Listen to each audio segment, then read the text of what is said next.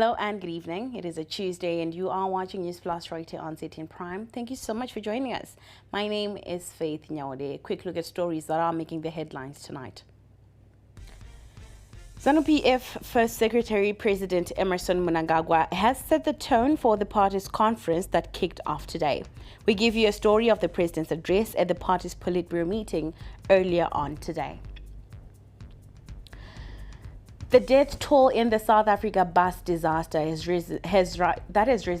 so far killed 43 people, including Zimbabweans. Our correspondent Tubia Malaya is on standby to just give us the latest, including government efforts to repatriate Zimbabwean victims who were killed in the accident. The Zimbabwe Electricity Supply Authority ZESA has announced the successful restoration of the Wangi Unit 6 to the national grid, marking a significant boost to the country's power generation capacity. We have that story right here on Newsplus. Now, in our first report this evening, President Emmerson Mnangagwa has urged Politburo members to lead by example as they guide deliberations in the party's upcoming 22nd National People's Conference, which kicked off today. More details in the following report.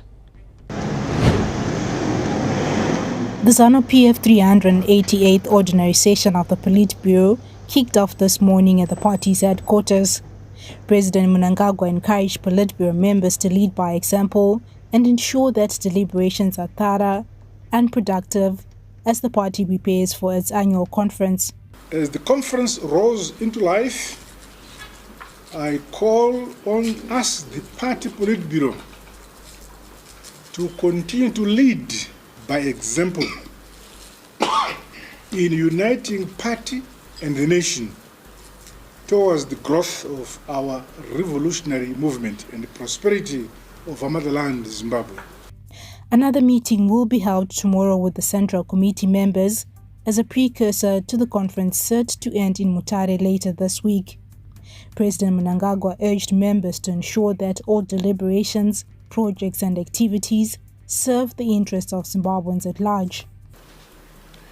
We must ensure that the rank and the file remain clear, that all activities, programs and projects implemented by our ZANU PF-led government serve the interests of the majority of our people for shared prosperity of our country.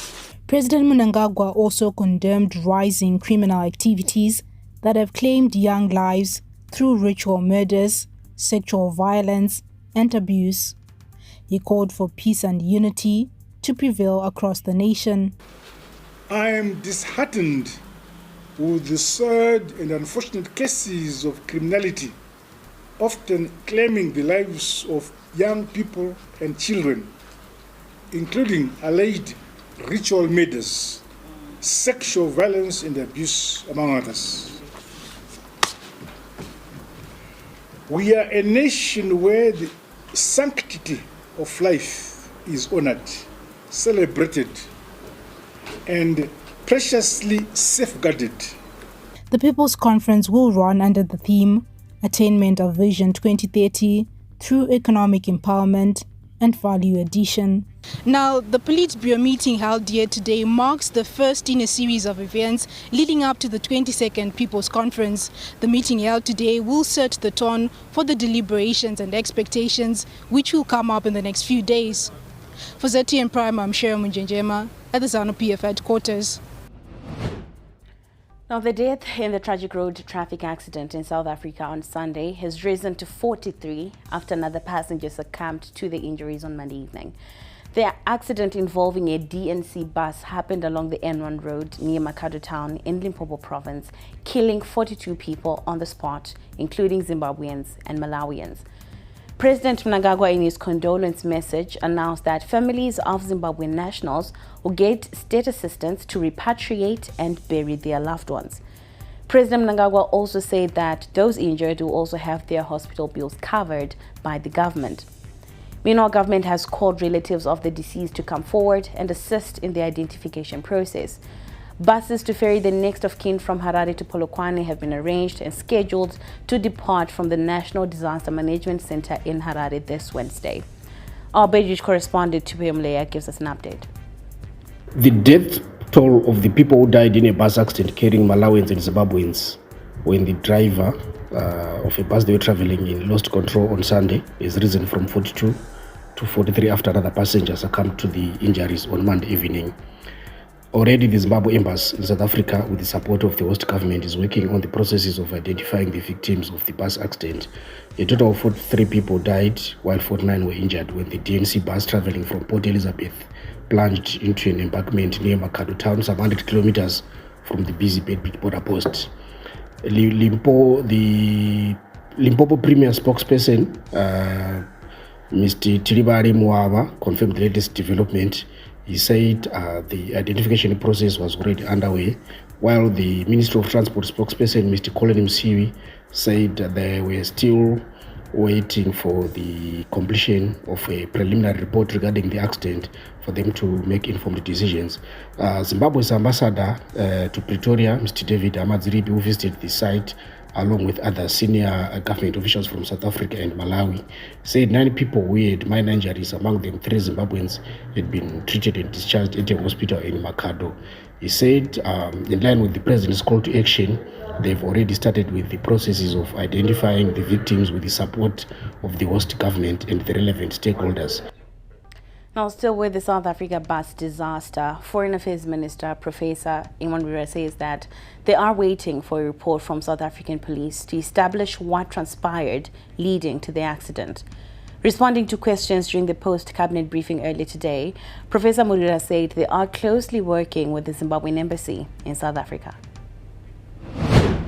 It is very important that we wait for the report from the South African police on exactly what happened through our embassy, through our consular services, to know exactly what happened so that we can be able to devise strategies for the future if indeed there was too much of human error. But we can't conclude yet. We don't want to speculate because officials are working on this issue, and we trust that this will be done very well. Of course, caution is needed on the road, and as well as other factors might include fatigue. I don't want to say that is the cause because we are still waiting for the report, but there are certain factors that we have to be included when one is moving on the road: the fitness of the vehicle, the fitness of the driver, the issue of fatigue and so forth. But among all these factors, we will be informed by the South African police exactly what happened. Now, still with highlights from the cabinet, government has approved the Zimbabwean National Intelligence Strategy in direct response to the need to properly harness the economic benefits and disruptive effects of AI in the era of emerging technologies. Now, the approved strategy 2026 to 2030 is a component of the Information Communication Technology and the National Information Communication Technology Policy. Speaking during the post-cabinet briefing, Information Minister Dr. Jenfran Muswere said the National AI Strategy is firmly aligned with existing national policies, the Heritage-Based Education 5.0 and Ubuntu citizen-centric philosophies.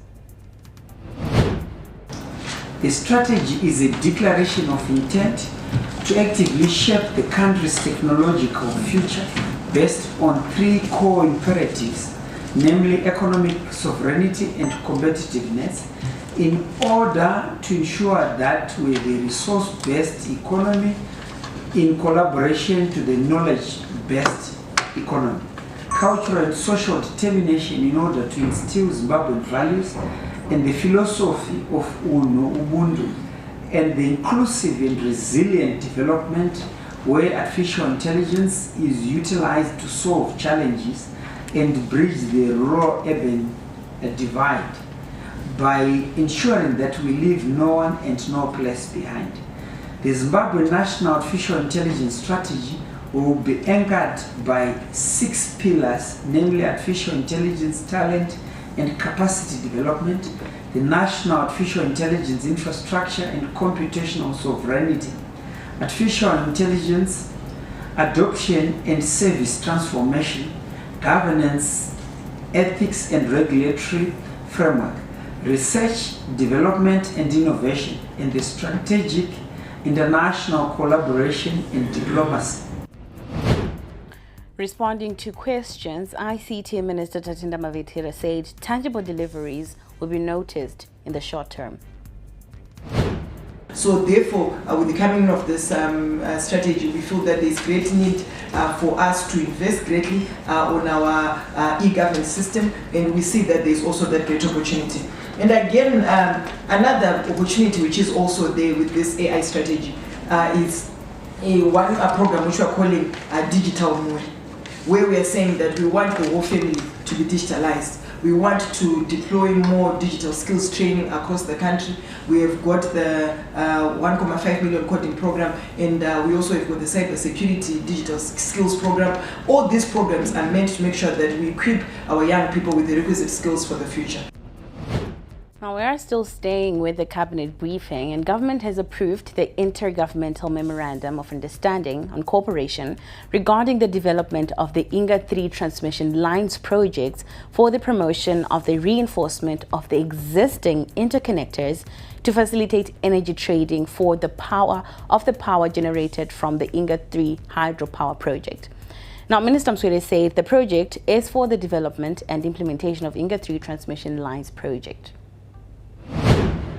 Being one of the transit countries, Zimbabwe is a crucial and strategic partner to the success of the Inga 3 transmission project.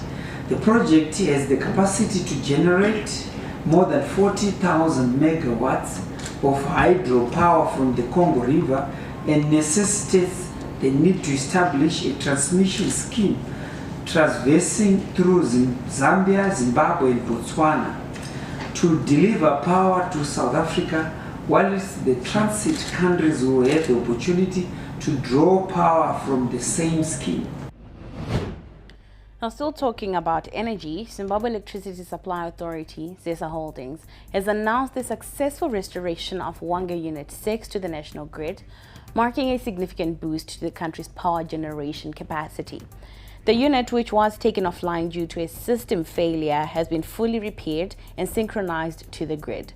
The unit has an installed capacity of 150 megawatts, contributing significantly to the national power grid, ensuring a more stable power supply. Now, in the meantime, Unit 3 has also gone on scheduled maintenance and is expected to come back online soon. ZESA Holdings is pleased to inform its valued stakeholders that Wanga Unit 6 has successfully been restored to service. The unit has been synchronized to the national grid and is now fully operational, contributing to improved generation capacity. So it's about 150 megawatts that has been restored to the national grid. Furthermore, we informed the nation that Unit 3 is on scheduled maintenance for 44 days, and we would like to just advise the nation that everything is going on well. Our engineers are doing the maintenance, and we expect it back on the national grid early in November.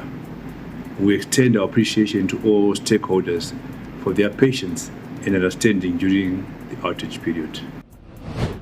You are watching Newsplus. Stay with us. We'll be back shortly. Good evening and welcome to the greatest show on earth. This is a people's game. They will be bubbling about this one for weeks and months to come. Let's go!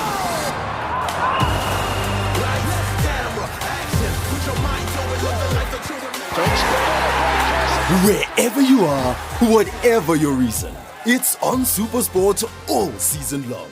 Reconnect and stay connected to DSTV Compact and get the best football on us. Harare, tune into the beat. Capitalk 100.4 FM, your source for news, business, sports, fashion, and more. Experience the pulse of Harare's culture and lifestyle. Capitalk 100.4 FM, Harare's top radio station. Join the conversation with Zimbabwe's top personalities. Subscribe now for fresh and infotainment content daily. Capital 100.4 FM, Harare's heartbeat.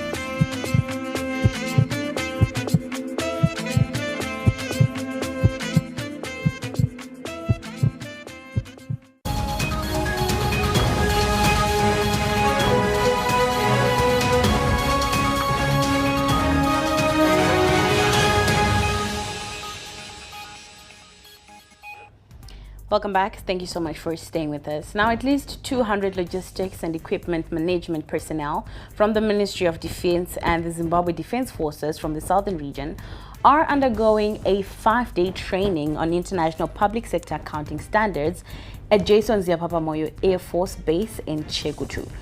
Chief of Staff Support Services Air Vice Marshal Silibali Masera officiated at the second phase of the training on Monday, which was attended by officers and staffers from the ministry and ZDF drawn from bases in Layo, Midlands and Mashingo provinces, including the host province. The training, which is being facilitated by officials from the Finance, Economic Development and Investment Promotion Ministry, ends this Friday. By equipping you with the necessary knowledge and skills, we are laying the foundation for stronger financial management, transparency and accountability in line with both national and international reporting standards. The importance of IPSAS implementation cannot be overstated as the nation works towards full IPSAS compliance by the end of this financial year. Now, just for context, the transition to International Public Sector Accounting Standards, IPSAS, is part of a national directive to enhance transparency and accountability in public finance.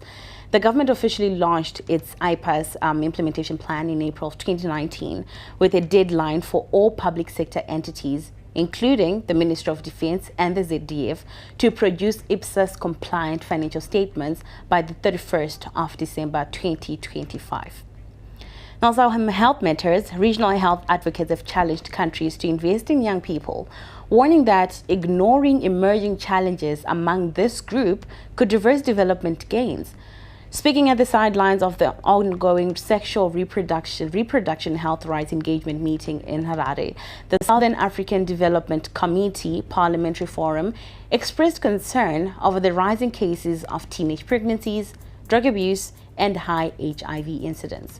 We give you more in this following report. Challenges faced by young people continue to undermine progress towards the Sustainable Development Goals 3 and 5, which focus on good health and well-being and gender equality. Health advocates argue countries in the region can only ignore the challenges faced by young people at its own peril. Of course, we have made a lot of progress in that. We've got the Vision 2030, where Zambia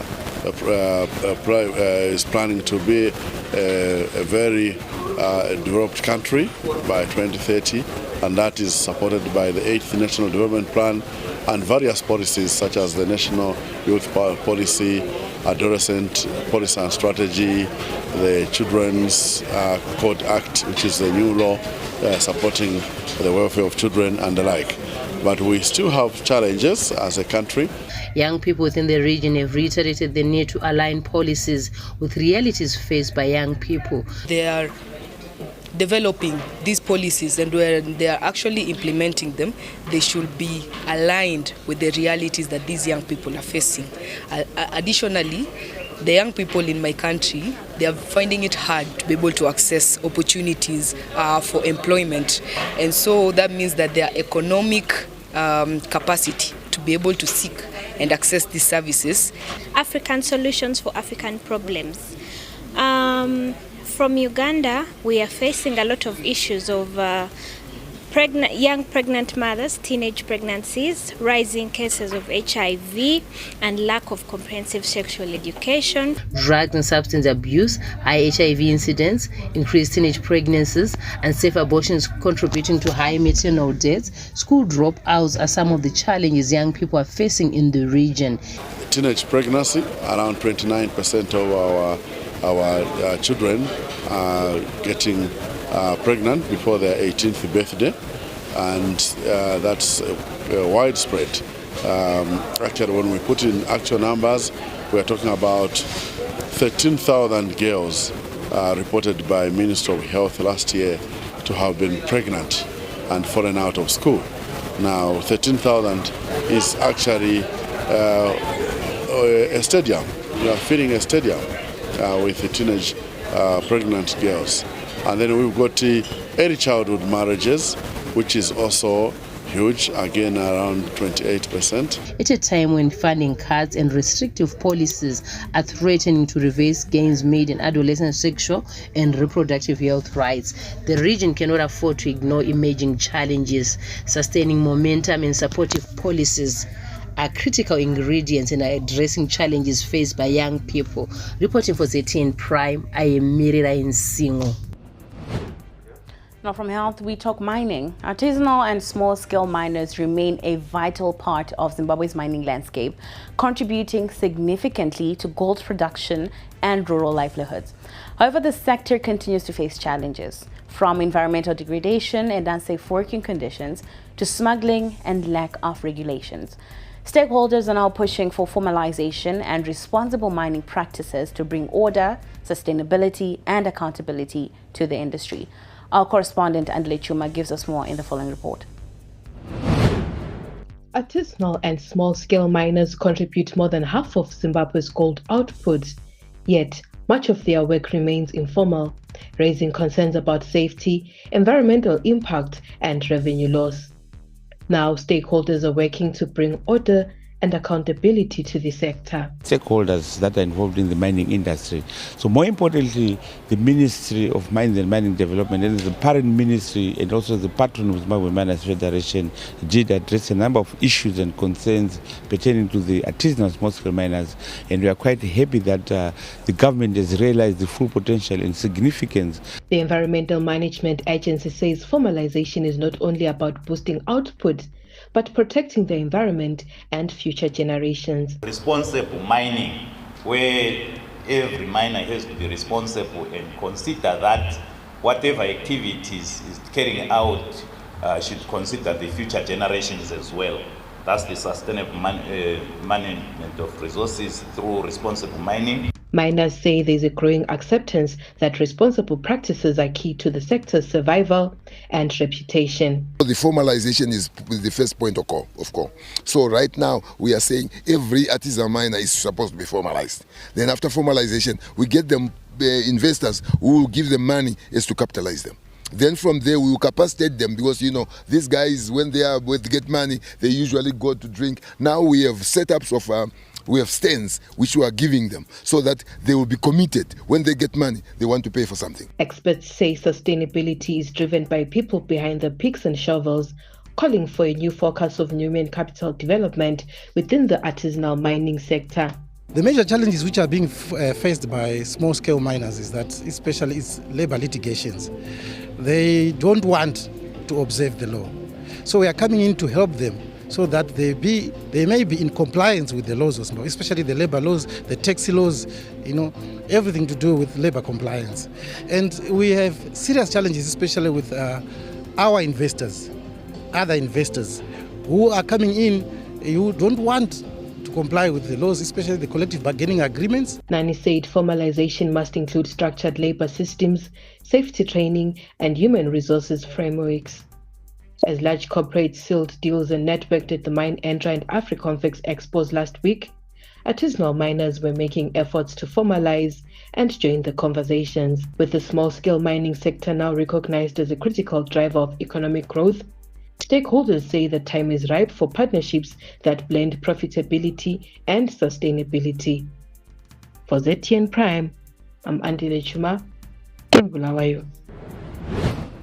Now an update on some road infrastructure. Authorities are impressed with the progress along the Gwanda-Mapisa corridor.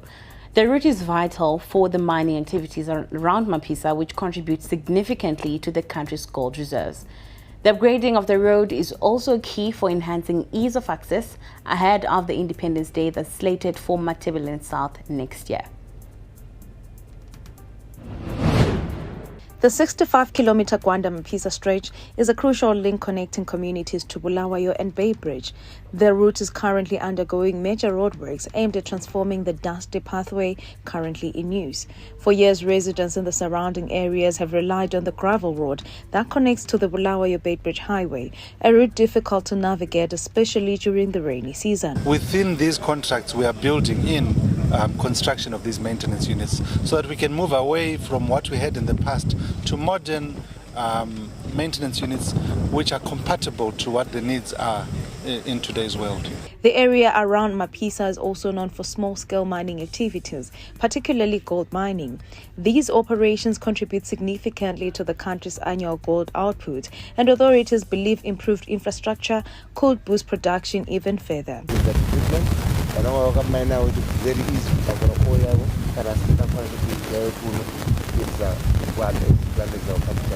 They believe improved road network is not only vital for ease of travel, but is also expected to help curb rising crime in the region.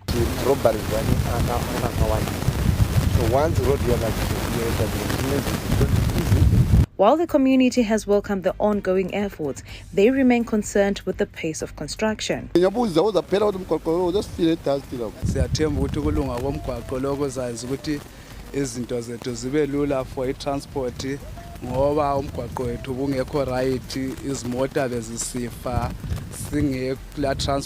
government has not yet provided a confirmed date for completion, but officials say the road rehabilitation remains a priority. For ZTM Prime, I am Setashi Siwekwaza.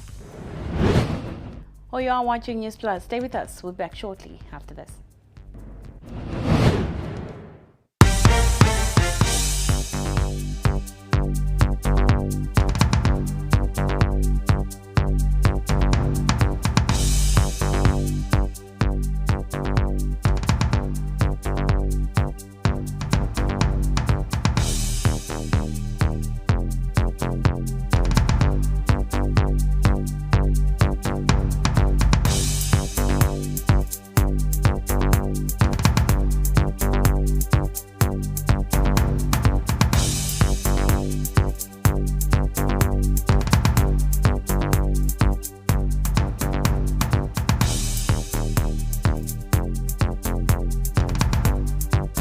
Catch exclusive interviews every weekday for candid, exciting and thought-provoking conversations with your host, Eric Ndoro. We talk about arts, we can talk about sports, we can even talk about politics, and sometimes we venture into a nice guitaristic play.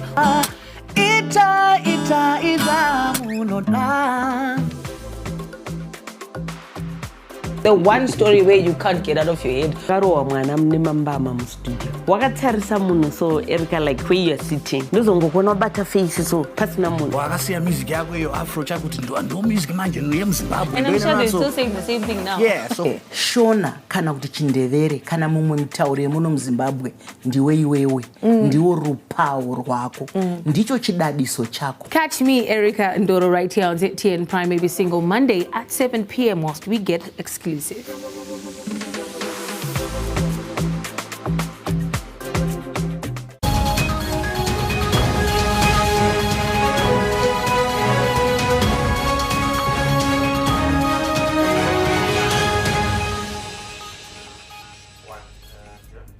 Welcome back. You are still watching Newsplus. Now, when I look at news from beyond our borders, the United Nations said that the agreed ceasefire between the Democratic Republic of the Congo and Rwanda is not being respected. UN Special Envoy Wang Xia said the international peace efforts are commendable and promising, but they have, to this day, not lived up to their promises. The agreed ceasefire is not being respected. Wang Xia called upon countries of the region to resume direct and frank dialogue and to take all necessary measures to put an end to this war once and for all. In Cameroon, vote counting is underway and following Sunday's presidential election. Now, no official results have been announced yet, but one of Bia's main rivals, former government spokesperson Issa Chichoma Bakari, has called and claimed his victory. His declaration flouts a government warning that any unilateral publication of results would be amount to high treason. The Constitutional Council has to announce the election outcome within 15 days of the vote. Thank you to all who voted and to all who protected their vote. You are the true heroes of this victory. My gratitude also goes to all the men and women who fought this battle before me. Without your work, we would not be here today for this I say thank you. Some economic news. Expo 2025 Osaka Kansai wrapped up 6 months of global exchange on Monday, drawing over 28 million visitors before Japan passed the World Expo flag Saudi Arabia. Expo 2025 Osaka began on the 13th of April with 158 countries and 7 international organizations participating in the event. Expo 2030 Riyadh will run from the 1st of October 2030 to the 31st of March 2031 and is expected to welcome more than 42 million visitors from 197 countries and 29 organizations. The event will explore forward-looking solutions for a more sustainable and inclusive future. 2025年日本国際博覧会大阪・関西万博は184日間に及ぶ会期を終え、本日ここに幕を下ろします。命輝く未来社会のデザインをテーマとして開催されたこの博覧会が、世界の多くの国や地域、国際機関をはじめとする関係者の熱意と協力のもとに開催され、盛況のうちに滞りなくこの日を迎えることができたことを大変嬉しく思います。In Mexico, heavy rains and floods occurred in 5 Mexican states and left at least 69 people dead and 65 missing. This according to Civil Protection Posa in Puerto Rico, the state of Veracruz. And they're facing a very severe humanitarian crisis after the Cazons River overflowed. And federal authorities now, together with the Army, Navy, and emergency teams, have launched a joint relief operation to provide immediate assistance and begin cleanup work, including the removal of mud and debris from affected neighborhoods. Cuando nosotros nos dijeron que nos saliéramos, pues uno nunca cree uno nada. Pero al final de cuentas, cuando sonó el silbato, es porque ya el agua ya la teníamos enfrente de la casa. ¿Qué hicimos? Salirnos con lo que teníamos. Todo se nos perdió. Colchones, estufas, refrigeradores. No tenemos nada. And when Newsplus comes back, we take a look at some business news. Welcome wherever you are. And Marmouche, room to shoot. He well and truly did. It's an opportunity. What a shot to Sino! Sharkovsky! Scott's got to be careful. Bukayo Saka! But it's Salah, and that one delivers! Never miss a play, home or away. Stream all Premier League games live on Showmax. Pardon? Look up. Whoa! Okay. I'm Ollie J, your host and captain for this technological voyage. They say that curiosity killed the cat. Well, we say curiosity makes you swipe. Okay, there's a real big one. Oh, okay. Okay, take the elevator. Okay, that one came out of... Look up. From some tech-tastic adventures to some out-of-this-world Zimbabwean inventions to the scientifically mind-boggling, we show it all. What we're looking at is 2 charging ports to charge the vehicle. And things get electric. Catch Swipe right here on ZTN Prime, DSTV channel 294.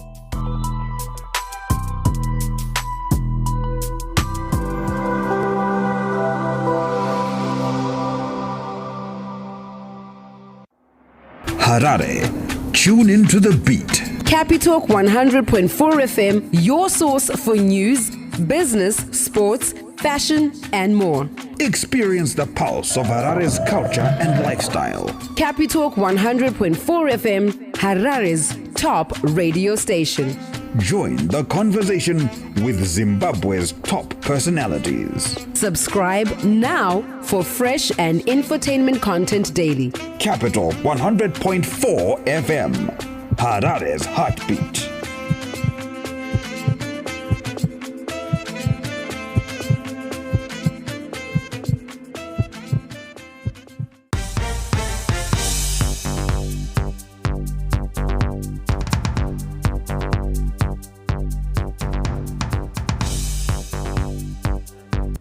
Welcome back. You are still watching Newsplus. Now, in a look at business tonight, good news for Bulawayo. The property market is on an upward trajectory, drawing international visitors and investors. The arrival of a global real estate brand has been described as a sign of growing confidence in both the city's economy and Zimbabwe's broader investment climate. South Africa-based Charles Everett's International Property Group has officially opened its Bulawayo branch, its second in Zimbabwe, bringing a new wave of optimism to the city's property sector. The Bulawayo branch will focus on high-end residential, commercial and diaspora investment opportunities, responding to rising demand across Matiweleland, where property returns have reached up to 30%. This is why your presence here today is so much more than a business launch. It is a narrative-changing event.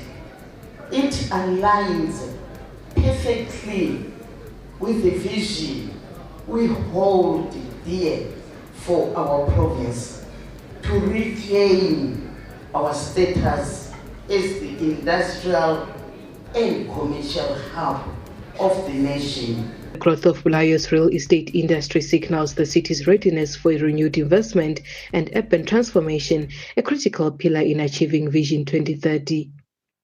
Charles Everett's Group Chief Operating Officer Barry Davis said the launch was personal, a homecoming for him as he grew up in Bulawayo. Look, it's a natural extension. When we entered Zimbabwe, we didn't just enter Harare.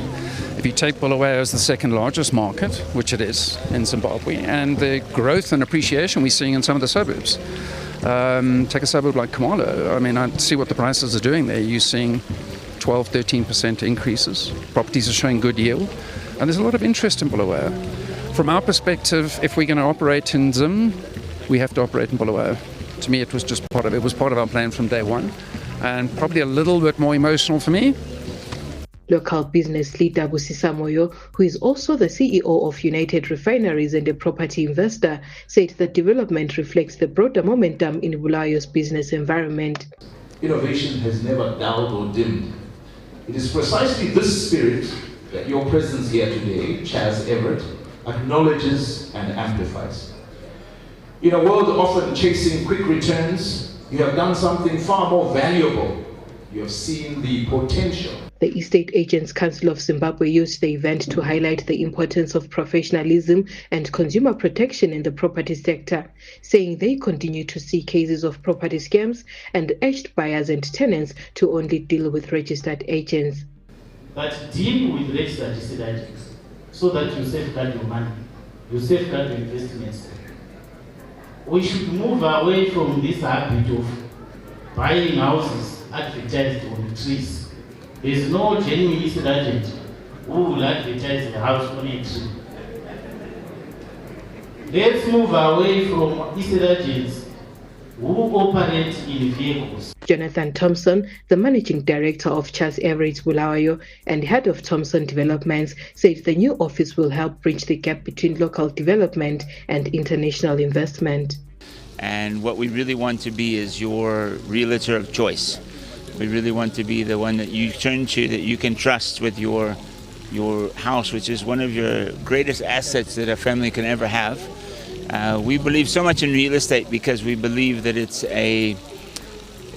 something that builds a legacy for your family. With international brands setting up shop and local developers expanding their footprint, Bulawayo's property market is fast becoming a magnet for investment, a signal that the city's long-awaited economic renewal is well underway. For ZTN Prime, I'm Andile Chuma in Bulawayo. Still in business, the Securities and Exchange Commission of Zimbabwe, SECSIM, convened various stakeholders and media representatives at Mana Resort in Harare today to advance awareness on sustainable capital markets. Now, the event underscored the pivotal role of the media in influencing market dynamics, shaping investor perceptions, fostering confidence and transparency within Zimbabwe's capital markets. We get more from the following report. In an era of rapid information flow and technological advancement, accurate and reliable capital market information is crucial. The media shapes public perception, builds investor confidence and promotes market stability, driving informed decisions, stronger governance, and trust in capital markets. Addressing media stakeholders in the capital, Securities and Exchange Commission of Zimbabwe Director of Operations Norman Marefa stressed the need to increase public engagement in capital markets, which he says remain underappreciated. Media is a very important stakeholder in terms of that dissemination, and we have seen that in terms of coverage, our capital market has not been receiving that much interest and also coverage. I think that's why we decided to work this way, so that we educate, inform the media. SECZIM described the collaborative initiative between SECZIM and the Ministry of Finance on developing a capital market strategy aimed at implementing effective policies to guide growth and sustainability. Working on a capital market development strategy with the support of our parent ministry, the Ministry of Finance, and this is supposed to be a standardized roadmap for the process of developing the market over the next years. We are hoping that we should be working with our ministry in the Securities and Exchange Commission of Zimbabwe Director of Policy and Market Development, Grace Berejena, says SECZIM has established the Capital Markets Institute to bridge the gap between theory and practice. We are also working on the Capital Market Institute, which is an initiative that we believe that is going to bridge the gap between theory and practice, so that we capacitate our market players for them to be able to deliver the kind of service that is required for the market to service our investors. Through market transparency, investor education, and professional excellence, the Securities and Exchange Commission of Zimbabwe is positioning the capital markets as a catalyst for sustainable investment, economic resilience, and growth, driving financial inclusion and investor confidence. For ZTN Prime Business Reporter, I'm Hannah Mapisi. Now let's talk global financial growth. Now, the global economic growth has been revised upward to 3.2% in 2025. That's from 3% before easing to 3.1% in 2026. This is according to the IMF's latest outlook released in Washington. The fund says the world economy remains resilient despite Trump's tariffs and trade tensions, though growth is still quite fragile as policymakers grapple with some policy shifts, inflation pressures, and slower expansion in advanced economies expected to average 1.5%. Meanwhile, emerging markets and developing economies, including Africa, are set to grow just above 4%, driven by domestic demand as well as investment. Eben Mabunda now joins us live for Perspectives. Eben, good evening, and thank you so much for joining us. Now, just want you to just give us the key takeaways from this report that was released by the IMF. Good evening, Faith. Well, of course, the key takeaway from this report is the fact that there's been an upward revision in terms of the global GDP focused from 3% to 3.2%, an indication of anticipated resilience where the global economy is concerned. This is despite some geopolitical tensions that have affected the global economy majorly. The implementation of protectionist policies by major economies such as, of course, the United States of America with the Trump administration, which has been imposing a good number of tariffs on its major trading partners, including, of course, China. But the report is saying that the effect of that has been somewhat subdued, and we are seeing what appears to be some shifts at a global scale, which continue to position the global economy in a very much resilient position. However, the IMF was quick to indicate that the growth is somewhat, or the resilience is somewhat fragile, owing to the existence of some of the elements that remain in place, such as, of course, the tariffs. At the same time, the global financial system is very much in a fragile state, given the fact that you've got a big number of financial institutions that continue to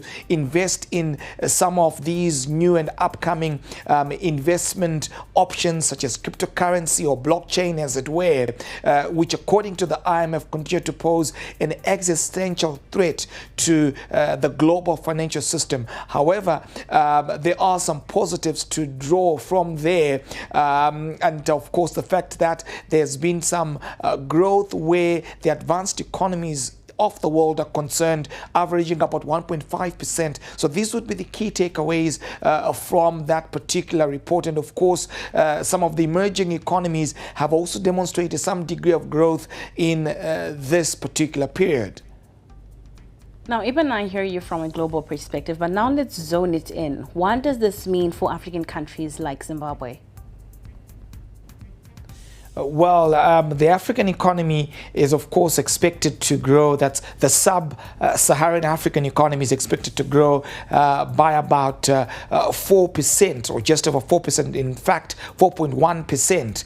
What this means for Africa is that with the lapse of the AGOA, the African Growth and Opportunity Act, which is the arrangement that was in place between African countries and, of course, the United States of America, again, the implementation of protectionist policies by the United States of America, according to the IMF, the lapse of that arrangement will not have that much of an impact where the African economy is concerned. However, the IMF was quick to indicate that issues such as inflation, the strength of African currencies, as well as the strength of African financial institutions would be issues that would bring some degree of fragility where the African continent is concerned. And looking at Zimbabwe, the IMF is stuck to its position that the Zimbabwean economy is expected to grow by 6% in 2025. This against the backdrop of Treasury having increased its projection from 6% to about 6.6%. But it appears that the African economy is expected to continue growing at that 4.1% aggregate in 2025. Well, Iban, thank you so much for taking the time and for breaking that down for us. Iban Mabunda, our business correspondent. Now, Newsplus gives you some entertainment news.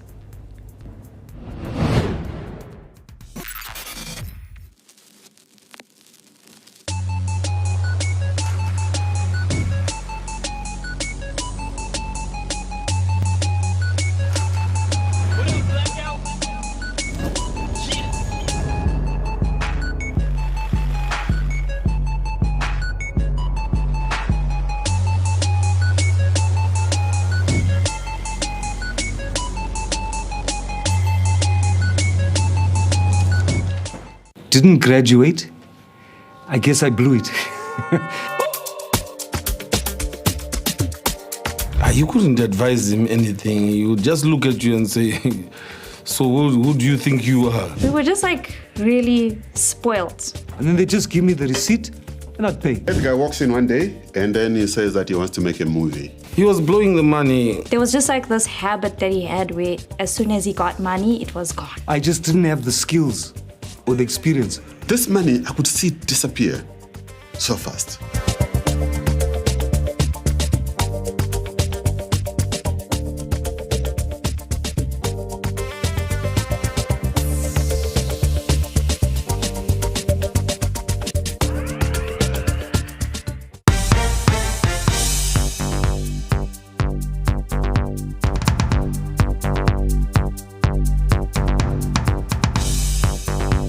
Welcome back. You are still watching Newsplus. Now, in a look at entertainment, gospel musician Alec Kaswa is taking a bold new direction with his forthcoming album by collaborating with circular artists, a move that he says is meant to unite different audiences through music. Now, Kaswa is breaking the traditional boundaries on his latest projects that's titled Pisare Maremoyo. He has teamed up with musicians like Chief Wenje and Jays Marabini on the album, a collaboration he believes will deliver a powerful message of love, hope, and unity beyond genre lines. The album is set to be launched this Friday on radio, and Kaswa says fans can expect a refreshing blend of gospel harmonies and contemporary rhythms. Album rangu riri kuuya rinonzi Pisare Maremoyo. rine matracks aripo 6 tracks dzendakashanda nevaimbi vanoteera vanosanganisira Chief Wenje, ndikashanda naJays Marabin, ndikashanda zvakare naBen Muzanamombe. Matracks ari paalbum iyi anosanganisira yekutanga inonzi King of Kings, kungorumbidza Mwari kuti hapana chimwe chatino, ndiye King of Kings, tingaita zvese but ndiye mukuru pane zvese. Then inoteera yacho inoti nditenderei, yatatiri kuimba ndo ndakafeature Chief Wenje, yatiri kuti Mwari titenderewo kuyambuka zvimwe zvakabatwa nemadzinza, zvakabatwa nevamwe kumashiro, titenderei Mwari tipfuure muna izvo, mutisvise padestiny yedu. Kazwa has 4 albums under his belt, with the forthcoming becoming his 5th, set to consolidate his position in gospel music circles. He spoke on the decision to launch the album live on radio instead of actually hosting a traditional concert. Ndo pandiri kuedza kuti ndipakurire kune vanhu kuti ndiwasvitsire. Ndakafunga radio launch because ndofunga kuti ine vast listeners dzakawanda dzinogona kusvika, so in a moment kana kuti nguva iyo ndakapiwa ndogona kusvika the whole country or the whole world wakateere. Now, submissions for the 24th edition of the National Arts Merit Awards, popularly known as NAMA, are officially open now, with the National Arts Council of Zimbabwe and its partners stepping up awareness campaigns to encourage participation from all the creatives across the country. There is also a revelation that this year's edition of the NAMA are going to be hosted by new event teams, bringing a new twist altogether to this annual event. And now for some sporting action. They call me Racer X, or in this case, Racer J. Put your seatbelt on.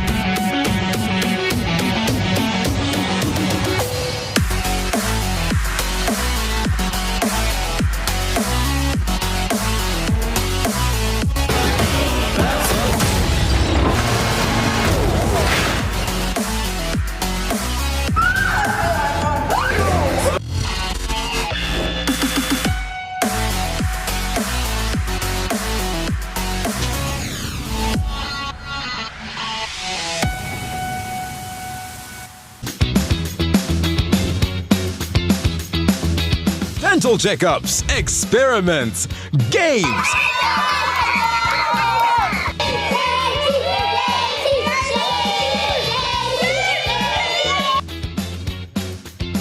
The mixture is making bubbles and the bubbles have changed color. Our balloon has been filled by carbon dioxide.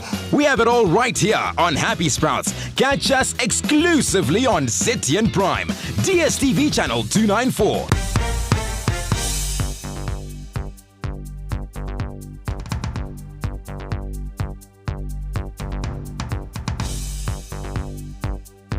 Welcome back. Now in a look at some sporting action this evening. Moors defender Valentine Katsande has called on the Panthers fans to show up in their full voice and colour when they take on Scotland at Rufada this coming Saturday. Katsande has been one of the mainstays of the league debutants season and featured in the reverse fixture at Ngoni Stadium, where Moors won by 1-0. With the Scotland leading the standings on 56 points and Moors 4 points behind, Katsande has turned the 12th match to lift them in the top of the table clash.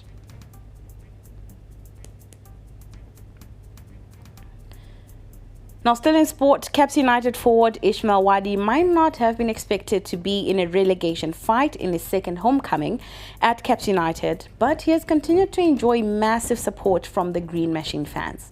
Caps United are one of the relegation-threatened teams and face fellow strugglers Manika Diamonds on Sunday with an urgency to actually secure top-flight survival.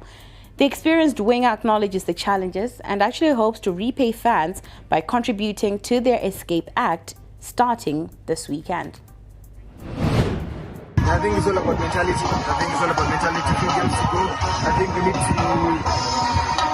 stay positive, work hard in training. I think everything is somewhere will come up good for us. I would like to thank Captain United. You know, firstly when I played for Captain United, it was on COVID. Unfortunately, they couldn't come to witness this, but I'm grateful. I'm grateful that they can come and watch me now. Yeah, I think we need to push. I think 4 games to go, and 12 points to play for. So I think we need to push. I need to work. I think to survive. Because now it's all about surviving relegation. I think if we manage to get two wins now, I think we are safe. So we need to work hard and training. I think everything will come well. Now, some good news coming out from Marondera. Marondera Bay's side, Hunters FC, are just a step away from history as they close in on their maiden promotion into the Premier Soccer League.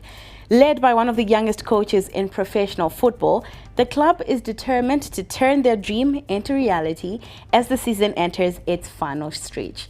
More details in this report.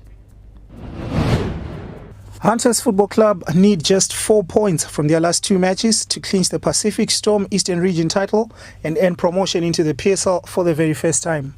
The Marondera Bay side, formed in 2020, has fought off strong challenges from former PSL teams Tenax and Masvingo United in one of the most competitive seasons in recent years. After a narrow 1-0 win over Masvingo United at Rudaka Stadium over the weekend, Hunters return to the top of the table and now control their own destiny. Their final 2 games of the season will be at home, including a potential title decider against Tenax, who trail by just 2 points. While fans and players dream big, the club's coach has edged focus if they are to seal the big one. The challenge is still there. You just need to keep it cool. Just need to don't allow complacency to get into the family. If we just do that, I think it's going to be difficult for the next 2 games. We just need to believe in ourselves that we can do it. So, quite happy. But what we just need to do from now onwards, we just need to keep on going. After making full use of home advantage and their last 2 games set for Rudaka Stadium, there is a heightened sense of belief in the Clever Boys camp. With the dream so close, fans are dreaming of the possibility of what could be. Still game on, remember, we still have the mother of all battles, which is the final of the Eastern Region, which is going to be played here at Rudaka Stadium, where we are going to face Tenax. The Premier League. They support the Amurgona, that's Premier League. They're doing a damn peril. This is so big. Look at the crowd, look at the enthusiasm, look at the relationship Masvingo and matches. At the heart of the story is their 26-year-old coach, Clifford Jairo, the youngest coach at a professional club in Zimbabwe. Under his guidance, Hunters have won 13 of their last 17 matches, drawing 1 and losing only 3 to become serious contenders. Jairo says his age is no limitation as he chases destiny, with his work speaking for itself. Age doesn't define my ability to do something. If God ordained me to do this, I can do it. No matter the age number, no matter all those things. Anybody can do anything. So long they believe in themselves, so long they work, so long they put in the sheep, the grind and everything, they can just do anything. What you just need to do, the most important thing, the most important weapon in anybody's heart is to believe in yourself. Hunters are now in the driving seat, but understand that the margins for error are very slim heading into the penultimate weekend. Whether their ability will match their ambition and bring top-flight football to Marondera remains to be seen in the next 2 weeks. And with that, we call it an evening. Thank you so much for joining us. You are watching Newsplus right here on CTN Prime. My name is Faith Nyaude. We leave you with the weather forecast.